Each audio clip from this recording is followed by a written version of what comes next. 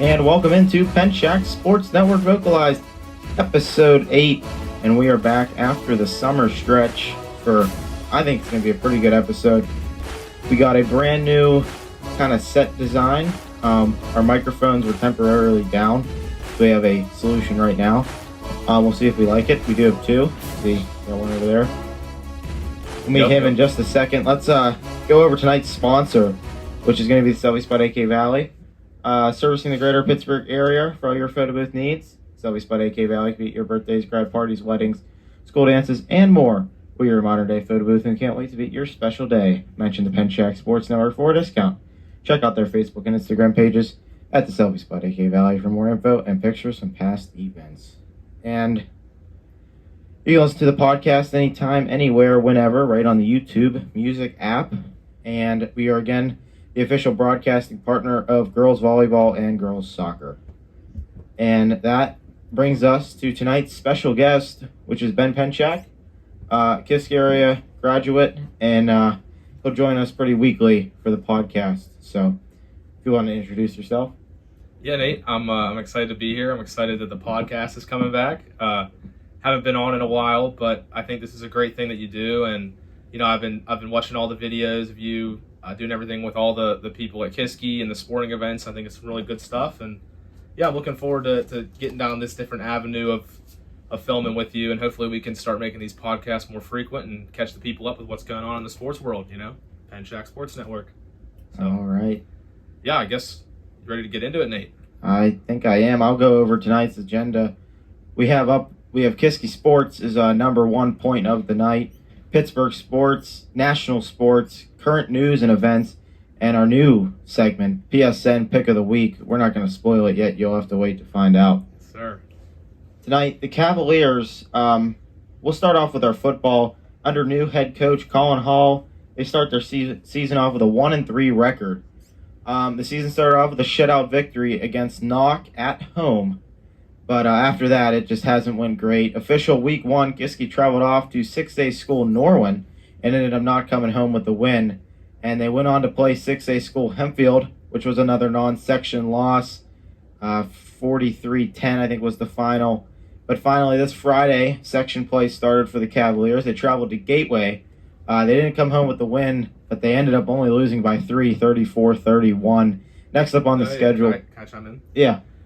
So I think that Kiski, new coach, it's tough to start the season with a new coach, all the players having to learn a new playbook, and especially to have to go back-to-back weeks to 6A schools who are just a lot bigger. Kiski, I believe, is 5A this year. Is that correct? Yes, they're 5A. Yeah, so they're playing schools significantly bigger than them, and although Norwin and Hempfield aren't the strongest 6A schools, I do feel like that's a tough first 2 weeks to play, especially when you're learning a new playbook, and then coming to Gateway, first game of section play, really an experience in 5A football. They played a good game, and you know they didn't get away with the win, but I think that there's some bright spots. I think the new coach is doing a great job, and I'm looking forward to see how things continue to go moving forward. But yeah, we'll see how it happens at Penn Trafford on Friday. Yep, that's next up on the schedule. 3-1, Penn Trafford.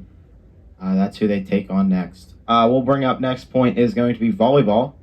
They've had a great start with a 5-2 record. The Cavaliers did kick off their season with a loss to Hampton, but got right back on track with 4 sweeps in a row, consisting of Norwin, Connellsville, Knock, and Penn Hills. But just a few days ago, they fell to Shaler 3-1 at home. Cavaliers go on to play Armstrong on Tuesday. And finally, we did add a point here. Kiski area girls soccer just played a game this past week. Ended up losing to the undefeated Plum Mustangs 3-0. And after that loss, Cavaliers will go on to play Indiana down in Indiana, PA. So those are updates for Kiski Sports. All right, I'll send it over to Ben for our Pittsburgh Sports update. So yeah, we had Nate lead the updates there at Kiski Sports. Nate's the big Kiski guy, as everybody knows. But we'll start with some Pittsburgh sports. So I don't consider Penn State a Pittsburgh sport, but in this household, we're big Penn State fans, and I feel like a lot of people just in general in Pennsylvania are Penn State fans. So we'll start with Penn State. Penn State's been off to a good start this year. Not playing such great opponents so far, you know, starting with Nevada and then FIU and Villanova. Nobody super notable, but they did just come off a win this week versus Villanova, 52-6. So now they're, you know, like I said, 3-0, and they got the bye week coming up this coming weekend before they head out to Oregon. for their first real challenge of the season. So that'll be on September 27th. We'll get to watch them play Oregon for the whiteout game. Some notable things that happened in the Villanova game. So we saw the star receiver, Pena, who was a Syracuse transfer, formerly second team All ACC last year over at Syracuse. He's a big target for Auer this year. Leading receiver on the team. He's got 13 catches this year so far for 166 yards and 1 touchdown. So he played a great game Saturday versus Villanova. And also the bright spot of Penn State's offense and the spot everybody loves, the Katron Allen, Nick Singleton combo. It's deadly this year. It was deadly before, and it's going to continue to be just hard for defenses to handle. Both the backs have over 175 yards rushing through these 3 games and at least 3 touchdowns apiece. So both the kids are playing great ball. And, Allen's averaging 8 yards a carry compared to Singleton's 4.5, which is largely due to Katron's 67-yard run versus FIU last weekend. But regardless, the backs are playing well. Receivers, Pena's been great, and hopefully Auer can just keep the team going on a good track, and the defense can keep doing what they've been doing. Defense is definitely the star of the show for the Nittany Lions, and looking forward to them just continuing to get some good stops and keeping the offense in the game. So I do think a big complaint, Nate, I don't know if you've been paying attention, but a lot of Penn State fans are kind of upset with how slow the Penn State games have started. They're playing these teams that aren't necessarily the highest quality opponents, and they're starting off slow, and it's 10-0 at half, and people are getting upset about that. But I think a lot of that is largely due to Penn State just trying to hide their playbook from some of the higher-level opponents. There's no need to give away all their different secrets when they're playing Villanova and FIU. So I think we could definitely look to see some faster-paced offense this week versus Oregon, and I'm excited to see how it looks. I'm excited to see, towards the end of the game the end of the half, with Villanova, they put Auer in the 2-minute, and just the Penn State was just piecing up Villanova's defense. So Auer has that ability. The offense has that ability. I'm looking forward to seeing it on the big scale and the big lights, Saturday night in 2 Saturdays from now. And just one little other bullet point on Penn State. I do think it's great to see as well for them that number 4 Oregon did not look amazing versus the unranked Northwestern this past weekend. So only a 34-14 victory, which again, little bit hypocritical because I'm giving Penn State the benefit of the doubt due to them hiding their playbook. Oregon could very well be doing the same thing, but I do think it was cool to see that Oregon is not as big of a powerhouse as they were last year. So definitely exciting whiteout game. I know we're looking forward to tuning into that one. Anything else you want to talk about Penn State, Nate? No, I don't think so, because you covered about the bye week next week. Bye week. Yep. So extra time to prep. But definitely, it was a good idea. Hide the playbook a little bit from Oregon. You don't want to show too much against. What even is the Villanova? Are they? They're I don't Division think 1, but they're D1. They're definitely D1. They're a big school, but just not the same level as Penn State. And Penn State doesn't have too difficult of a schedule this year. I mean, their big opponents are Oregon, who, like we said, has not looked the hottest so far. Ohio State is going to be Ohio State, number 1 ranked team in the country right now. So we'll see how that goes. They got some time for that. And then Indiana is probably their only other tough game. But realistically, Penn State should not lose more than 2 games. If they lose more than 2 games, we got a problem. So hopefully they can just keep this up, because we're sick and tired of this Penn State getting close and failing. We need one good year, and this is supposed to be the year, right? So I hope it is. Yeah, me too. Pitt football's next. This is the Pittsburgh sport part, so we got to talk about Pitt. We're not as huge of fans of Pitt around here. Not that we dislike Pitt, we just follow Penn State more. But Pitt has had a solid start to the year, 2-0, but they just lost the backyard brawl to WVU this past weekend. So, and just a devastating overtime comeback. I mean, Pitt was winning the game, and WV comes back right at the end in overtime to win 31-24. So definitely just a heartbreaker for Pitt fans. But Pitt has 2 more weeks of some games versus Louisville and Boston College, where they head off to their first really big game versus FSU, number 7 ranked team in the country. So that's a little scary for Pitt fans, but they got 2 more weeks to get things toned up, and hopefully Holstein and them boys can get some things together. So just some things for Pitt. I think that we're going to continue to see good usage from Raphael Williams Jr. He's been a dog so far. 12 catches, 245 yards, and 3 touchdowns this year. Clearly the number 1 receiver there, and has been a big part of Pitt's success. So hopefully we keep seeing him around. But yeah, nothing too crazy with Pitt there. Like I said, just tough loss this week in the WVU. Yeah. Yep. All right. Yep. All right. So those are the college sports around here, but wouldn't be Pittsburgh sports if we didn't talk about the Pittsburgh Steelers, right? So I think Nate will be able to chime in more on this one because Nate's a big Steelers fan. But Steelers are just coming off a huge game versus the Jets where Boswell sent us home with the win. So big week 1 for the Steelers, and it's good to see the offense working and Aaron Rodgers beating those washed allegations. He looked great, and it's exciting for Steelers fans because I know everybody was iffy about him in the offseason. So, like I said, the offense looked great. The defense was solid, but not as good as we would have liked to see. Yeah. But they made a lot of additions, but unfortunately, a lot of the people they added are getting out of their prime. Ramsey did have that amazing tackle at the end where he lit up Garrett Wilson to seal the game, but definitely aging stars in the defense is something that could be a factor as we get on throughout the season and like into the later weeks. But I also think that Metcalf looks solid in his first game for the Steelers. Definitely a lot less of the attitude problem than we had with Pickens, so that was good to see, and hopefully he can get in the end zone this week, which seems a little bit likely because they're playing the Seahawks, and the Seahawks star cornerback Devin Witherspoon is unlikely to play last I checked, so that'd be huge for Metcalf. One less person to stop him from getting in the end zone. But talking about the Steelers matchup this week with the Seahawks played a pretty slow game last week versus the Niners. That game was pretty boring to watch. I don't know if you tuned in. I didn't tune in, but I did see the final. So yeah, it was low scoring game. Niners are going through a lot with injuries, and the Seahawks still managed to lose. So it was very interesting. Sam Darnold just looked real timid out there in that new offense of Seattle, and they spent the offseason adding Cooper Kupp, and quite frankly, he did nothing, which was not good for my fantasy team, let me tell you. I did not enjoy seeing the Cooper Kupp laying an egg on Sunday, but obviously things change, and as that team gets more comfortable, we saw Darnold light up the passing game last year with Minnesota, so could see something like that again this year, but hopefully he waits to hit that spark until after the Steelers. But yeah, just some notable injuries for this Steelers game that I would look out for. Joey Porter Jr. has been struggling with a hamstring injury all week, so chances are we won't see him Sunday. Deshaun Elliott, starting safety for the Steelers, is having knee problems. We're not going to see him Sunday, and we all saw Derek Harmon get hurt. We were heartbroken with that because that was their big draft pick. We wanted to see that boy play. He's still out with his knee injury. So 3 people on the defense that are huge young pieces of the defense that we're not going to see, which doesn't help because we were just complaining about the defense. But we did get Nick Herbig back this week, so we got somebody else out there. But it's Steelers defense. Just we need everybody we can get, and getting those injuries and those people out, it's not good. Yeah, I mean the Jets game I thought was a good game, back and forth, both sides, but it was high scoring. Never was like a blowout at any moment, so it definitely was a well put together game. Yeah, I thought so too. And I think the Steelers don't have a super difficult schedule this year. Like obviously, AFC North's tough, and they got to play everybody in the division twice. But the NFC division they got this year is the NFC North, which the Lions and Packers are solid. Those are going to be tough games. But I don't think the Vikings or the Bears are anything super competitive. I think the Steelers can win both those games.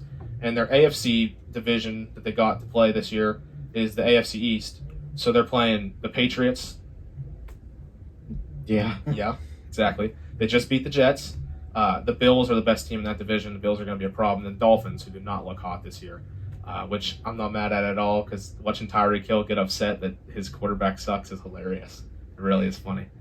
But they got 2 relatively weak divisions. I mean, the NFC North's pretty solid, but so in terms of their schedule, it's not super difficult. And then their other games, they play the Chargers later in the season. That'll be a tough game. Chargers look great versus the Chiefs, and then the Seahawks is one of their out of division games, and they also get the Colts, which the Colts are. We don't love Daniel Jones around here, so I don't think Daniel Jones is going to do much to the Steelers. But although the Steelers tend to play to the ability of their opponents, so.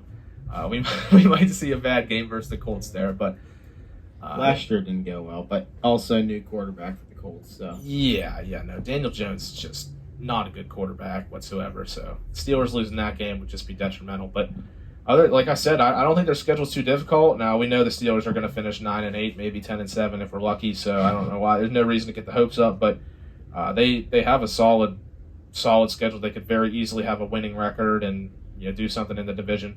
So, looking forward to a good season, and hopefully things continue to pan out for them. The people of Pittsburgh need something to root for. All the sports have been pretty lackluster in the city so recently. Hockey has not been what it used to be, and And baseball, I mean, besides Paul Skeens, what's even going on with the Pirates organization? So we definitely need the Steelers to pick it up this year and keep the Yinzer energy alive.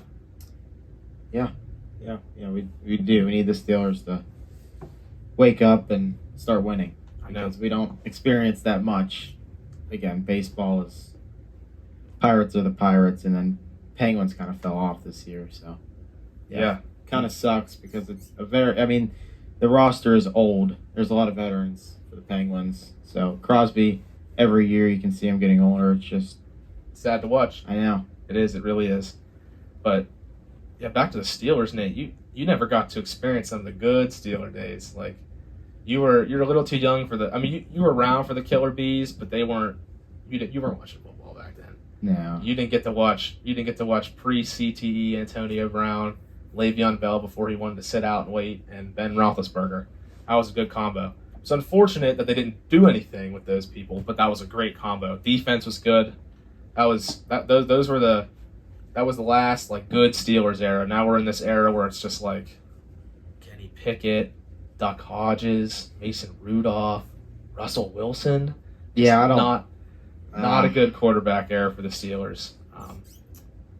Yeah, I think that's most of what we wanted to cover for the Steelers. Like I said, looking forward to a good season. But other than that, we'll move on to national sports. So national sports is hard to cover, right? Because it's so broad and there's so much going on. So I think every week that we do these podcasts, we're going to break it down into a specific subsect. And so this week we're going to start with something that Nate and I both like to watch a lot, which is some combat sports. So this past weekend on September 13th, there were two big events in combat sports. There was a boxing match first. So Netflix hosted a pay-per-view boxing match, and the main event there was Terrence Crawford fighting Canelo Alvarez, which are two of the bigger names in the boxing right now. So the Terrence Crawford ended up defeating Canelo in a full 12-round fight, and he won by unanimous decision. I think that Nate and I watched this last night, and really what you saw in that fight was just Bud Crawford's just superior boxing skills were on display. Like Canelo Alvarez has been known as he's a hard hitter, and he goes for that KO shot. But Crawford just showed up and fought a perfect fight. I mean, we got to see his high-level boxing IQ, and he just put on a technical masterclass. There was not a point in that fight where we were worried that something was going to happen. He was fighting really well. So, like I said, that was fun to watch. I don't know if you thought anything about the fight. I thought it was good, but it was late when the main event finally turned on, so it was a little hard to pay attention at times, but I thought it was a well put together fight. It just sucks it was so late. Yeah, that's the unfortunate part about it being in Vegas with the time difference. It starts at a normal time over there. Yeah. But over here it's 1 a.m. Yeah. Wasn't great in that part, but I think it was worth staying up, and it was a not once in a lifetime, but definitely a generational boxing match. So it was cool to see. And I think, just to touch on that a little bit more, for those of you that are unfamiliar, Terrence Crawford actually moved up 2 weight classes to take that fight versus Canelo. So he's typically fighting smaller guys that he's knocking out a lot quicker. And he moves up to fight a bigger dude. And him winning last night made him the first ever undisputed champion in 3 different weight classes. So some boxing history was made last night. And Crawford's doing all this at the age of 37, which is insane because that's when a lot of people tend to get to retirement, even earlier than that. So it's cool to see him doing all this kind of stuff at that age, and he's got a perfect record. I believe it's 42-0 now. It was 41-0 for the fight last night. So just special stuff, and it's cool to be a part of a generation where we can watch somebody as talented as him. So that was enjoyable last night. But then on more of a sadder note, former welterweight world boxing champion Ricky Hatton, was found dead in his home in Manchester last night at the age of 46. So the police said there isn't any specific suspicious circumstances in this area, but definitely sad to hear. He was a very loved boxer, and he retired in 2011, and recently last year in 2024 was inducted into the Hall of Fame. So sad to see somebody like him go at such a young age. But yeah, may you rest in peace. Sad to see. But anyway, we'll move on to some UFC. UFC is what we like in this house. We like a lot of MMA. Nate's been getting into it. I've been getting into it for a couple years now. So UFC is super fun to watch. And last night, before the boxing match, the boxing card started at 9 o'clock. There was UFC Noche, which started at 6 p.m. September 13th. And this boxing match was headlined by the main event of Diego Lopez versus Gene Silva. And so Diego Lopez, number 2 contender in featherweight, and Gene Silva was number 10, so it was a big match, had a lot of implications for rankings, and Silva looked to be dominating the fight in the early second round, and there was a period there where I thought Lopez was going to get knocked out, but Lopez just showed his superior chin and just how many punches he can take, and he ended up defeating Silva late in the second round with a spinning elbow TKO, which was just insane to watch. Silva's head was split open, and he was just pouring blood. And Silva was mad they stopped the fight, but he was like he was up on the cage. Diego Lopez was dripping in Silva's blood. Like it was nasty. But it was good to see because those of you that watch MMA, a couple months ago we watched Lopez narrowly lose the title fight for the featherweight division to Volkanovski. Which, don't get me wrong, Volkanovski's a loved fighter, but Lopez is just, there's something about him that is fun to watch, and to see that defeat was hard. So watching him get this win versus Gene Silva, who is somebody that definitely needed humbled. Him and his boys in the Fighting Nerds fighting group are very cocky and talk a lot of trash. So it was cool seeing Silva get humbled and watching Lopez bring home the win. Looking forward to seeing where this puts him in the rankings. I don't think he'll move up to number one contender, but hopefully after Volkanovski fights Lerone Murphy here at the end of the year, they'll give Lopez another shot to see what he's made of. But yeah, some other notable fights that went on last night at USA Noche. The number 9 ranked bantamweight fighter Rob Font was upset actually by unranked David Martinez. So he lost via unanimous decision, which it's always tough losing to an unranked opponent. I don't think Font will lose his rank, but he's definitely going to drop. And for some reason, this wasn't on the main card, but one of the more popular strawweight female fighters, Tatiana Suarez, fought last night, and she was victorious. She beat her number 4 ranked opponent, so that was another good fight to watch. And she is very popular. I was thoroughly shocked that she was on the preliminary rounds, but I don't know. I guess there's just not as much of a market for female UFC. But regardless, mixed martial arts, great night last night, great night of boxing, and like I said, just rest in peace to Ricky Hatton. But that's our UFC take for the day. That's what we wanted to cover there. So we'll move into the next part that we're going to talk about today, which is some current news and events going on. So I don't know if you want to start this off, Nate, or if you'd like me to. Yeah. This was on Wednesday at what was it, 3:30 Eastern time. It was in the afternoon, yeah. Yeah. And got a notification that Charlie Kirk was assassinated at the age of 31. He was shot in the neck at a event in Utah Valley University for his national movement, Turning Point USA, which I think he started. Right? I think he founded that. Yeah, he was a founder. So I'll let you talk about the after the fact shooter and all that. But yeah, it was it caught me by surprise when I read it. Didn't expect it. So yeah, it was a sad day that day after that happened. Yeah, it's a horrible thing. Thankfully, they captured the shooter. He's in custody. 22-year-old Tyler Robinson, who was a student at UVU. But just awful. I mean, Charlie Kirk did have his political views, and people loved him or hated him for those. But at the end of the day, he was a father, he was a husband, he was a Christian man whose whole goal was pushing Christian theology and asking college students to wake up and really see the world for what it is. And it's just sad to see somebody like that go, and people celebrating it is what's really sad to see. There's people that oppose his views that are celebrating what was going on, and I just think that's very inhumane and just hard to stomach that we live in a country where people can celebrate somebody getting assassinated. So yeah, I think that, like I said, the key takeaways are this is somebody's father. His two children they're growing up without a dad. His wife is widowed, and the rest of their lives are gonna have to see videos of their father getting killed on the internet. And it's just, like I said, it's horrible, and it definitely it hurts to see, and it sucks. It sucks to see somebody as young with as much momentum as Charlie Kirk had just get it all ended over just hateful actions. So I know everybody in our household, and I'm sure a lot of people across America have been praying for Charlie's family, and Charlie is in a better place now, and it was sad to see him go. Yeah, it sure was. Move on to the next news and event It is the young Ukrainian refugee was brutally stabbed There you go. to death on the Charlotte light rail train or light rail. Yeah.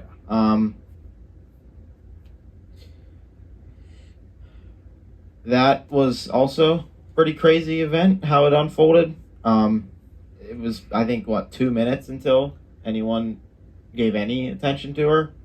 Yeah. So That was. That's another tough one.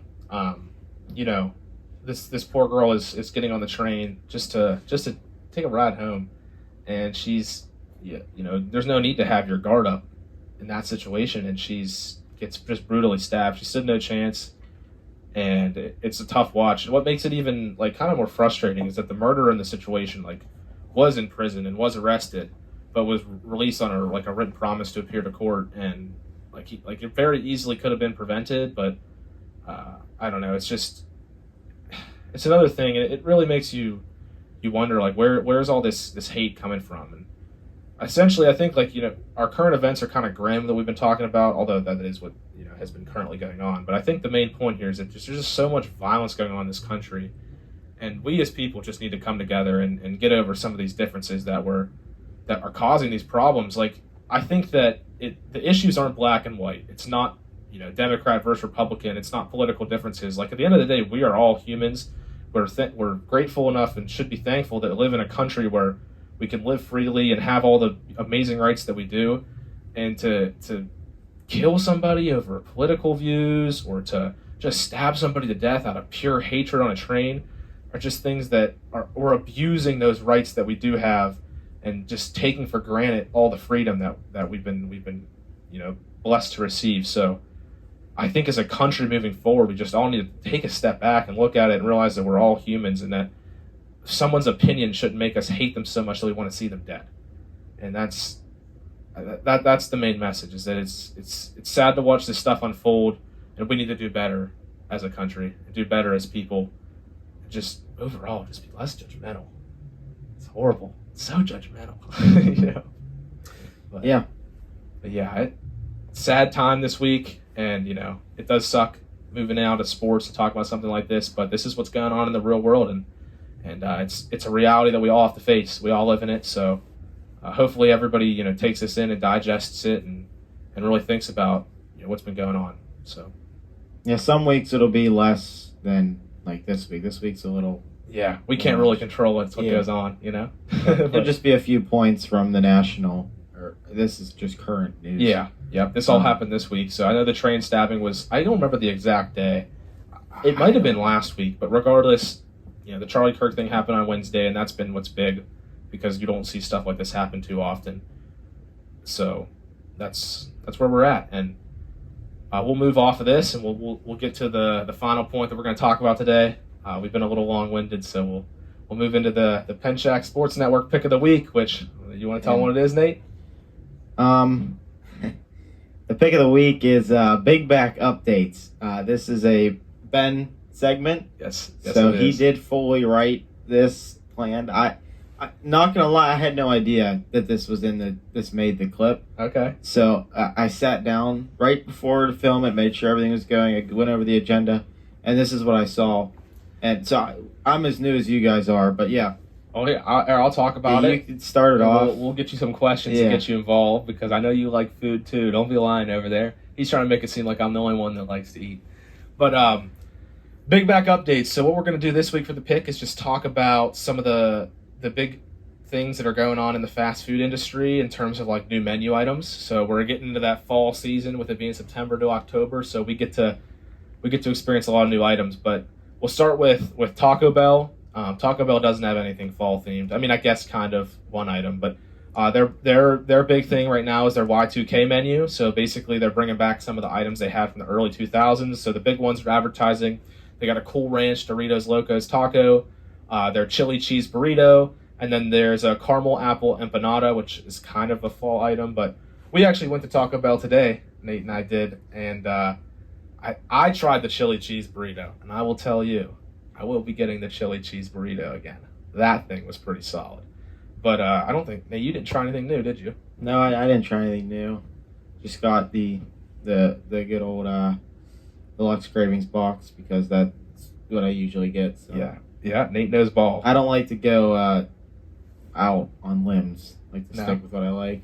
The deluxe cravings box is good. I'll give you that. Now, the Cool Ranch Doritos Locos Taco. So we don't need to talk about the taco, but just the flavor. Cool Ranch. Are you a Cool Ranch Doritos guy or a regular red nacho Doritos? Like, what's the or are you gonna go a whole other pick? Are you gonna go like the sweet chili in the purple bag?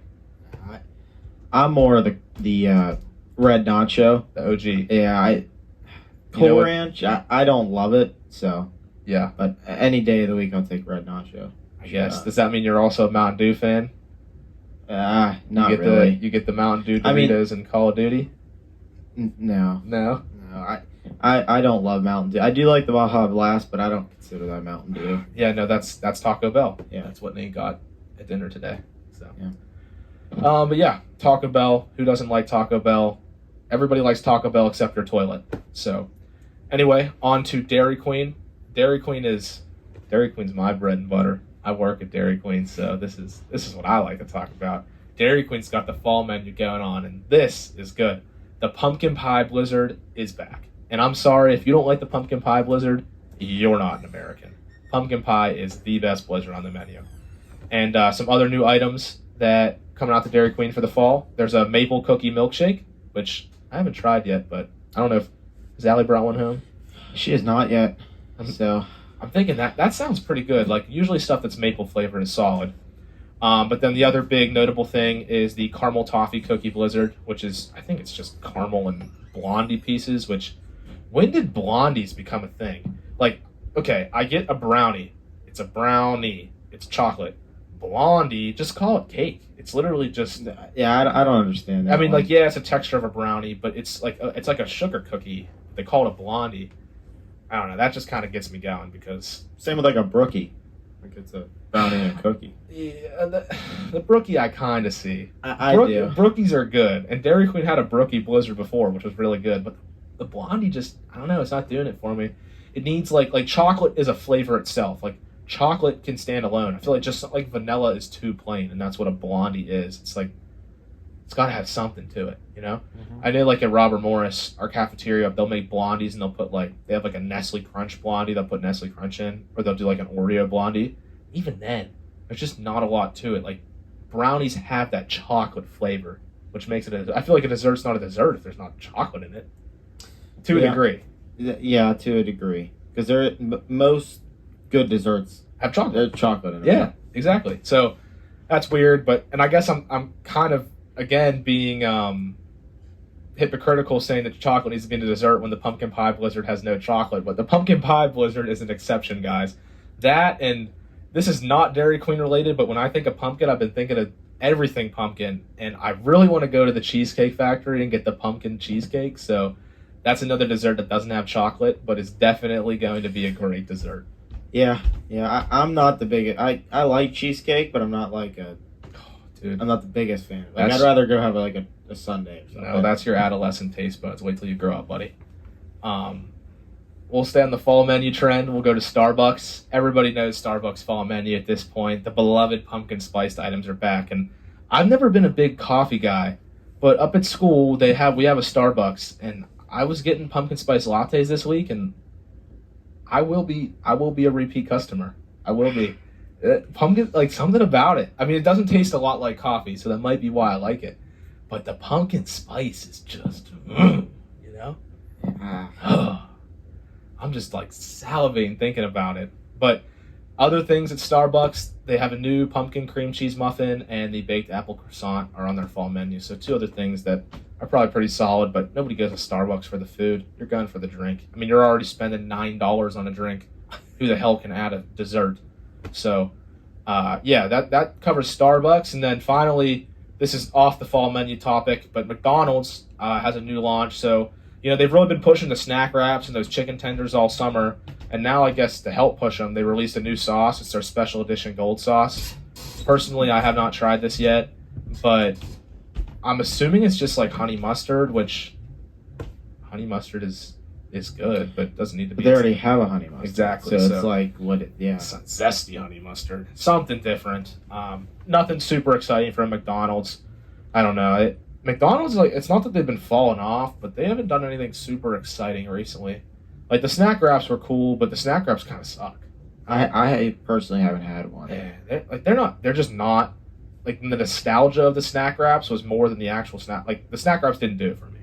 No. They just weren't. They just were not solid. But that was most of our big back updates. Just to kind of freestyle some. I see. There's a new meal at Wendy's, Yeah. and I would get it, but the purple sauce is what's. I don't know like There's what. purple sauce. It's the Wednesday meal. The sauce is purple. Wednesday, like, Adams, I think. Purple sauce. What's that? The chicken. Ube flavored. What is it? I don't know. There's no like. It doesn't tell you what the flavor is. See, that's something that'd be weird to eat. If it's purple, there's so many additives in it. That's what I'm saying. I don't.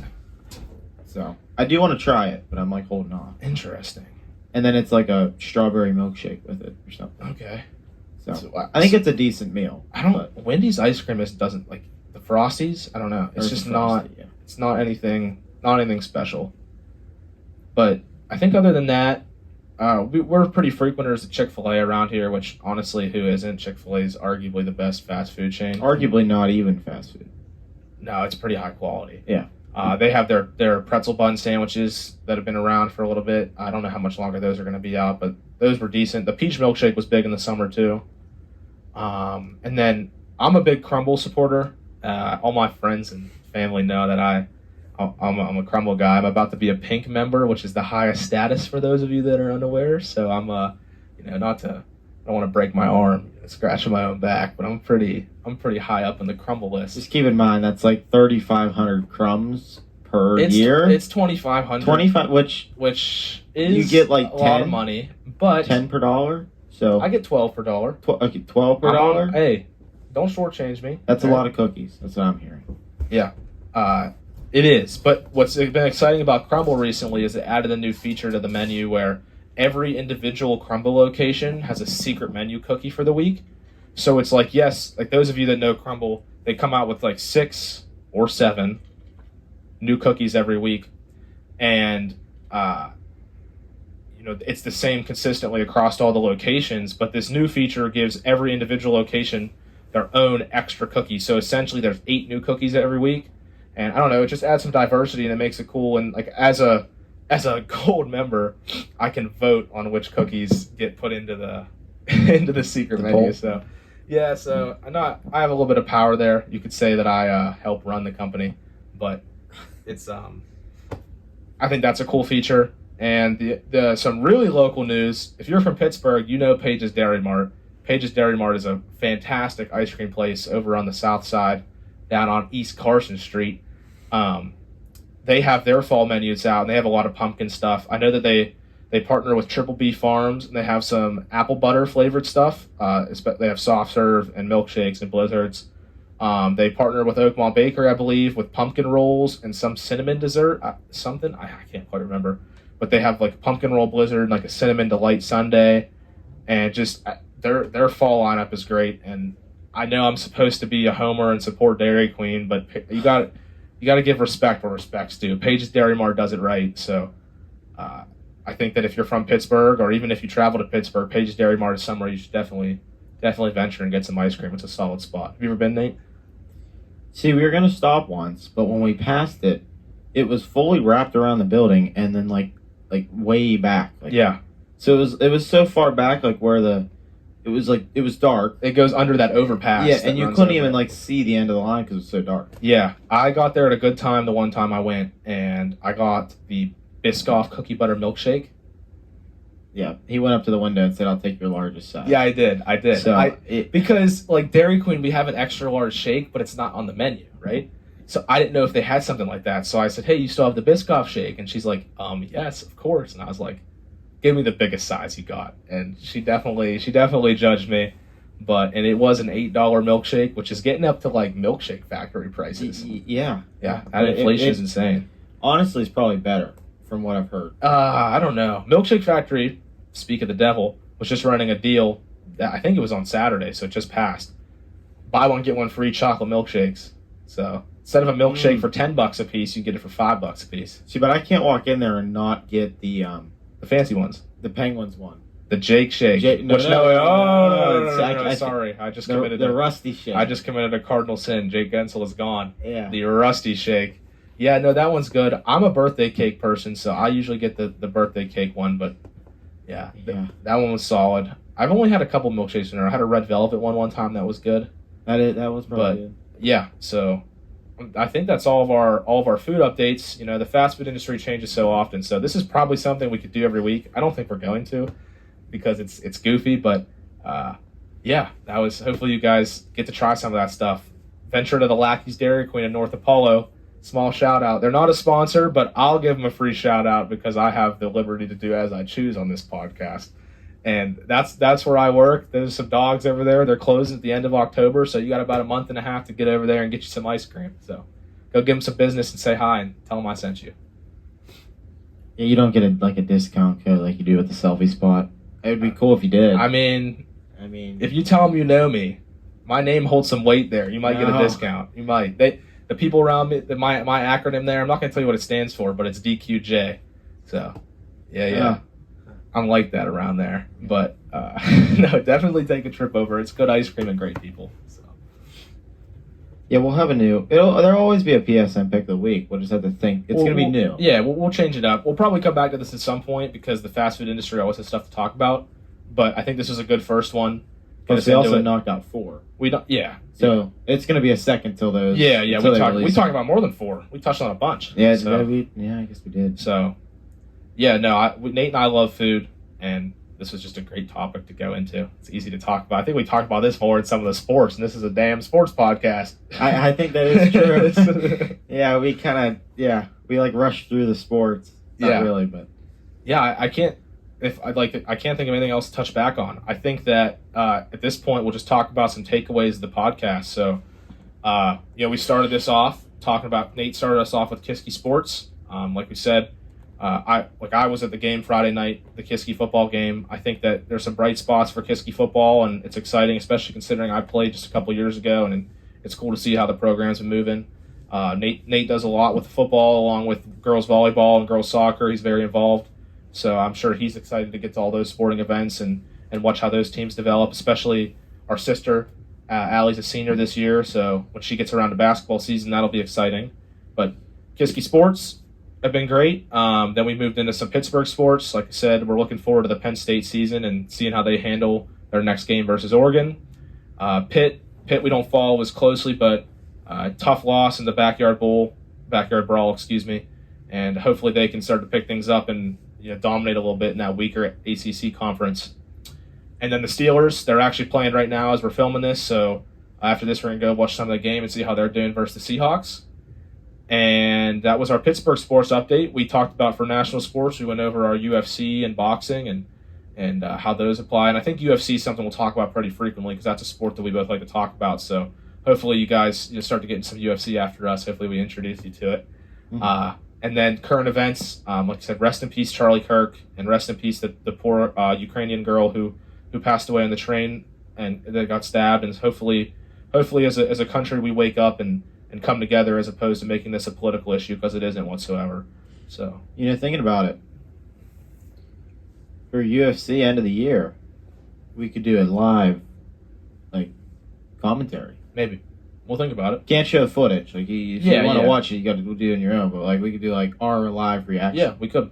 Yeah. We could. It would be a much bigger watch party. Yeah, there'd be more people. Yeah. That's a good idea. But yeah, anyway, like I was saying, again, we're praying for Charlie Kirk and his family, and it's just sad to see somebody like that go so young, who had just such pure intentions in the world and was spreading Christian ideology, something that is definitely needed to be talked about more. So. Tough loss there, and hopefully as a country we can rebound from this and learn and grow. And finally, we gave you the Big Back updates, the exciting part of the podcast that end you guys off on a high note. And other than that, I'm sure Nate has closing remarks, but I'll go first in mine. Thanks, Nate, for having me on and restarting this, and I'm looking forward to making this something we do more frequently, hopefully every week, assuming our schedules permit.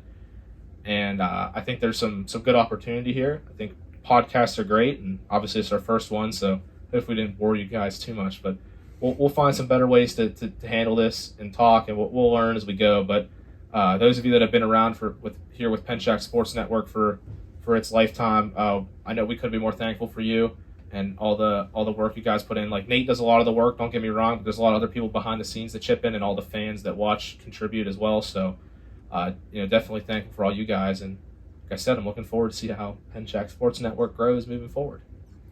Yeah, there's a lot that goes on behind the scenes for broadcasts, not just the little videos a lot of us put into it, especially days before the preparation starts. But we'll put out a few announcements every week. We'll put out on our Instagram. Instagram really that's gonna be the only place you're gonna find it. It's gonna be the broadcast. It's gonna be the weekly schedule, which will consist of where we'll be at during the week. This coming week is going to be Tuesday and Thursday. Armstrong it's all volleyball because soccer is off this week. It's going to be Armstrong and Kiski, and then Woodland Hills and Kiski. So those are the 2 games we're live streaming this Thursday. Podcast from now on probably be virtually because it's going to be hard to do this every week here on set. Yeah, I don't know if I can make it back from school every week. Yeah, so we'll definitely next week you'll probably see a virtual one. We're still working on the logistics of that and how we're going to do it, but we'll do it some way. Hopefully it goes well. I don't know if there's any other things we got to go over. No, I think thank you to the podcast sponsors. Is back. Yeah, thanks for the Selfie Spot presenting tonight's show. Hopefully they do that every week, so we'll see about that. But yeah, it's back after the summer. It's kind of hard to do a podcast in the summer because sports really died down. So, but yeah, I think that's all. Yeah. Thank you for coming tonight. Yeah, thanks for tuning in. Yeah. There will be a new special guest next week, but won't spoil that yet. You'll have to tune in. All right. Well, that'll wrap us up for episode number 8 of Penshack Sports Network Vocalized. It's been Nate Penshack. Ben Penshack. And we'll see you next week.